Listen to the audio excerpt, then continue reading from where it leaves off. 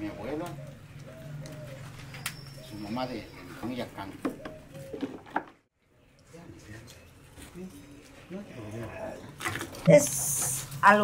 ये काम हम बरसों से करते आ रहे हैं। ये हमारी वालिदैन की छोड़ी हुई विरासत है। उन्होंने हमें ये सिखाया।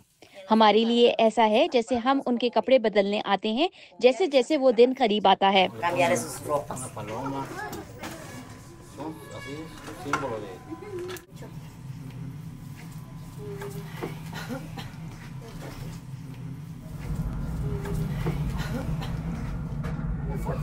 हमारे लिए ये मुकद्दस है।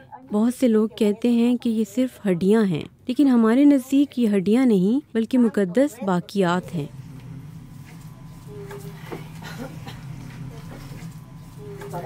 त्योहार के दिन चाहे वो देख नहीं सकते थे, उन्हें एक बियर तोहफे में दी जाती थी। मेरे अंकल तोमास बहुत खुश हैं उन चीज़ों से जो हम उन्हें देते हैं।